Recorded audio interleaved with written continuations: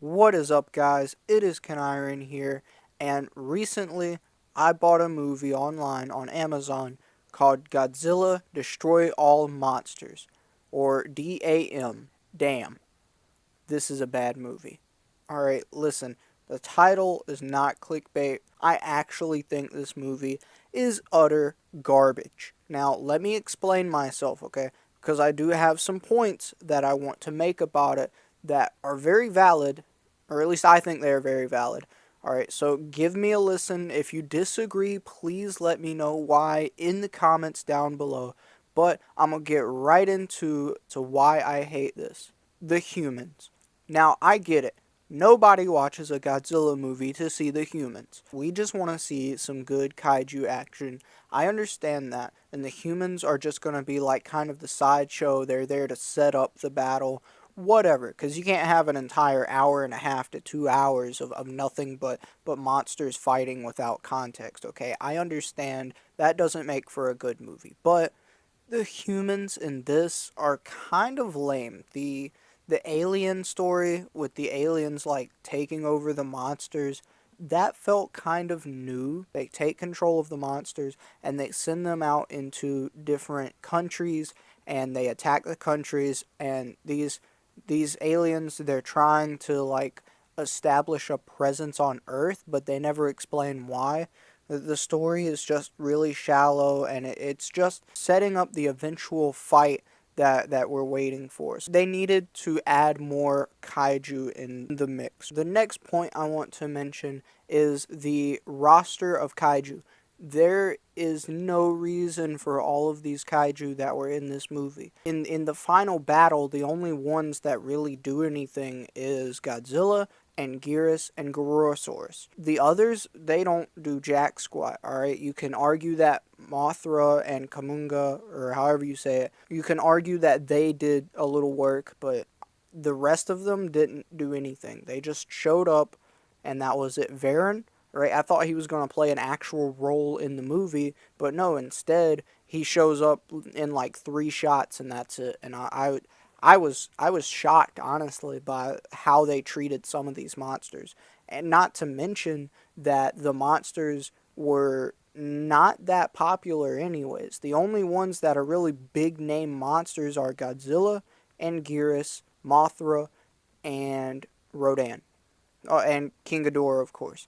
But the others, Manila, Manda, Varon, Baragon, and Gorosaurus, they were trash. Kamunga, trash, alright? They are not well-known characters. Now, I will say Gorosaurus, I wasn't a fan of him. I didn't like him before this movie. I watched the movie, and I understand why people like him now. He is actually a really cool character. In a way, he kind of reminds me of Titanosaurus, and I can respect him for what he did in the movie. All I'm saying is that at this point in the franchise, they didn't have that many memorable monsters, and the kaiju that they had in this film just weren't very interesting. They were bland and they didn't stand out. If they had made this movie a few years later, if they'd have waited a few movies before this one, they would have had a much better roster of characters to choose from. And it's not even the roster that they had that really gets to me. It's what they did with the characters. They didn't do anything with any of them. Varon only has 3 shots he's in. He really doesn't do anything. Manila doesn't do anything. Kumunga doesn't really do anything. Mothra, pointless. She's in there for no reason. They could have had the adult Mothra, and I don't know why they didn't. That would have made a little better for a movie. They also had Baragon in there for no reason. He didn't do anything at all. Manda is just a pointless monster. I think the Final Wars Manda is phenomenal. I think that is a good kaiju. Manda in this movie, you can tell that they had a really hard time puppeteering Manda as a monster, and it really shows. It just looks so unprofessional and so outdated.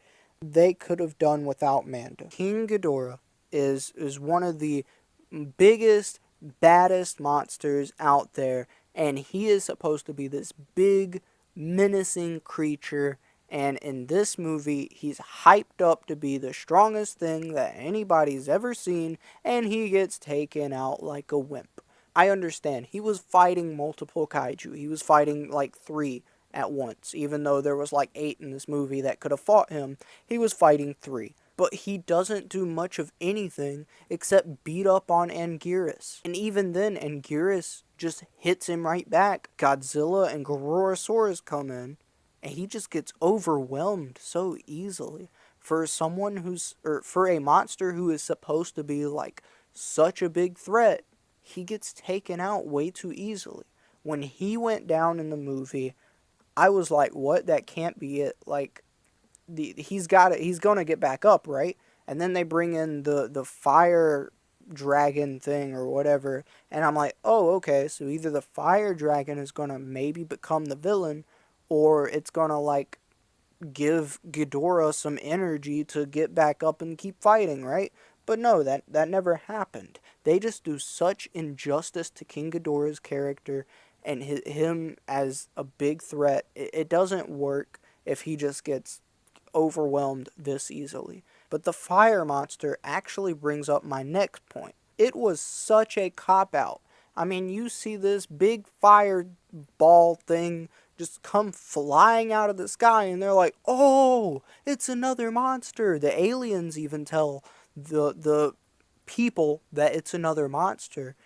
And then come to find out, no, it's just a flying saucer that's on fire that just magically wrecks through buildings. That was stupid. Come on. A movie about the fire dragon and how it can just rip through buildings like a hot knife through butter, and how it can just like hurt Rodan as he's flying through the air.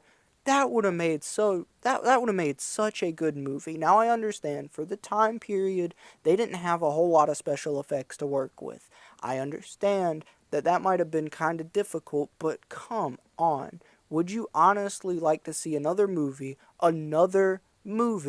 with King Ghidorah getting his butt whooped, alright? Because let me remind you, this is the 3rd movie with King Ghidorah as the bad guy, and this is the 3rd movie where he gets his ass handed to him. That brings up the question, why make another movie centered around King Ghidorah?